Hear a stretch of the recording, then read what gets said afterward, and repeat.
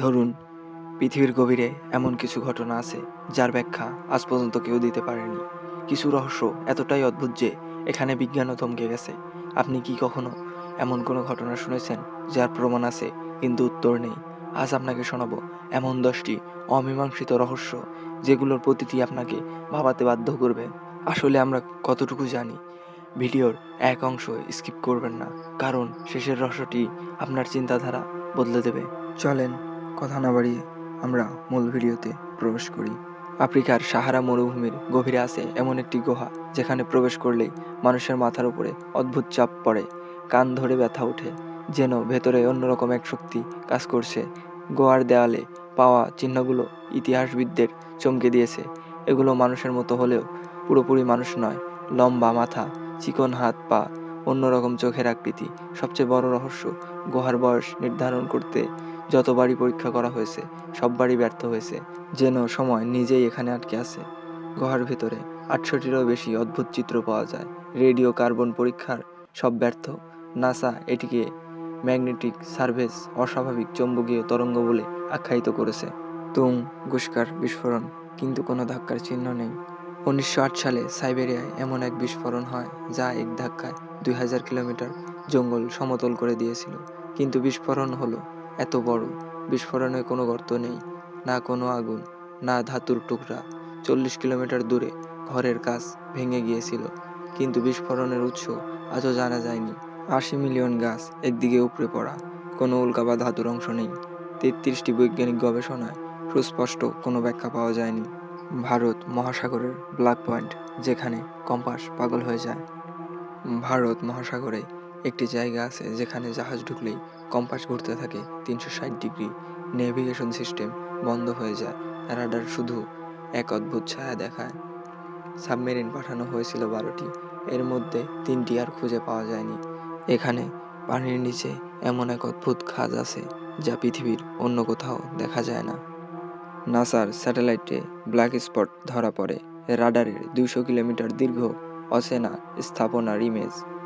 60% সময়ই এখানে কম্পাস কাজ করে না। সাইবেরিয়ার মৃতদের ঢিপি, যা ফুলে ওঠে এবং কমে যায়।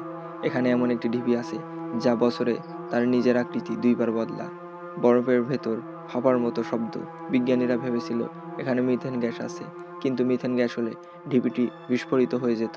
ঢিপির নিচে আছে অস্বাভাবিক উষ্ণতা, 24 থেকে 25 ডিগ্রি সেলসিয়াস, যা এই বরফের দেশে অসম্ভব। করাল সাগরের হারানো দ্বীপ, যেটা মানচিত্রে ছিল, এখন আর নেই। দশকের পর দশক ধরে বিশ্বের মানচিত্রে ছিল স্যান্ডি আইল্যান্ড। জাহাজগুলো এটাকে বিপজ্জনক জায়গা বলে চিহ্নিত করত, কিন্তু 2022 সালে গবেষকরা সেখানে গেল, কিছুই পেল না, শুধু গভীর সমুদ্র। তাহলে এত বছর মানচিত্রে যে দ্বীপটি ছিল সেটা কোথায় গেল? 3টি জাহাজের লগবুকে দ্বীপ দেখে যাওয়ার কথা লেখা, কিন্তু স্যাটেলাইটের স্ক্যানে কোনো দ্বীপ পাওয়া যায়নি। নরওয়ের অস্বাভাবিক আলো, যার কাছে গেলেই আলো নিভে যায়। হেস ডানেল উপত্যকার আকাশে ভাসে অদ্ভুত আলো, কখনো ছুটে যায়, কখনো থেমে থাকে। তবে একবারও কাছ থেকে কোনো বিমান বা ড্রোন এগুলোকে ধরতে পারেনি। কাছে গেলেই কেমন যেন মিলিয়ে যায়। 4000+ ভিডিও ফুটেজ, থার্মাল ক্যামেরায় 300 ডিগ্রি সেলসিয়াসের তাপ ধরার যন্ত্র। রাডারে কোনো কিছুতেই এই আলো শনাক্ত করা যায়নি। জাপানে পানির নিচের শহর, যেখানে সিঁড়ি, রাস্তা, দরজা সবকিছুই আছে। জাপানে ইয়োনোগুনির পানির নিচে রয়েছে এমন একটি স্থাপনা যা দেখতে মানুষের তৈরি শহরের মতো। বিশাল সিঁড়ি, নিখুঁত দেয়াল, 90 ডিগ্রি অ্যাঙ্গেল, সবই মানুষ বানিয়েছে বলে মনে হয়, কিন্তু গবেষকরা এটিকে প্রকৃতি বলে দাবি করেছে। প্রশ্ন হলো, প্রকৃতি হলে এত নিখুঁত গঠন কিভাবে করেছে? 700 মিটার লম্বা সমতল দেওয়াল, পানির নিচে পাওয়া মানবমূর্তি ও হাতির দাঁত, এক মাপের বিশাল পাথরের ব্লক, এগুলো একা একা কিভাবে তৈরি হতে পারে? ভুটানের গুম শিশুরা, যাদের শেষ পর্যন্ত এখনো পাওয়া যায়নি। ভুটানের পাহাড়ি অঞ্চল থেকে প্রায় শিশু হারিয়ে যায়। নিখোঁজ হওয়া শিশু ঠিক 10-15 মিনিট আগে তারা বলে একটা মানুষ তাদের ডাকছে, কিন্তু সেখানে অনেক ক্যামেরা লাগানো থাকা সত্ত্বেও সেই মানুষটিকে কেউ দেখতে পায় না। সেখান থেকে 19টি শিশু নিখোঁজ হয়ে যায়, সেখানে তাদের কোনো রকম চিহ্নও পাওয়া যায়নি। মুম্বাইয়ের হারানো ট্রেন, যা স্টেশনে ঢুকেছিল কিন্তু আর বের হয়নি।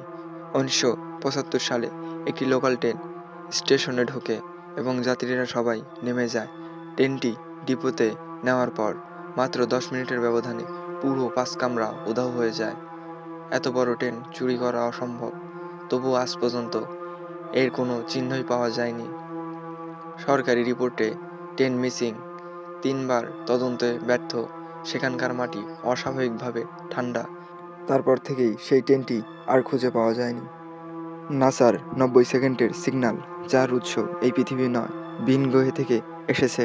নাসার বিজ্ঞানীরা 1998 সালে একটি অদ্ভুত ধরনের সিগন্যাল পায়। এই সিগন্যালটি কোথা থেকে আসছিল তারা বুঝতে পারে না। সিগন্যালটি পুরো 90 সেকেন্ড ধরে রেকর্ড করা হচ্ছিল।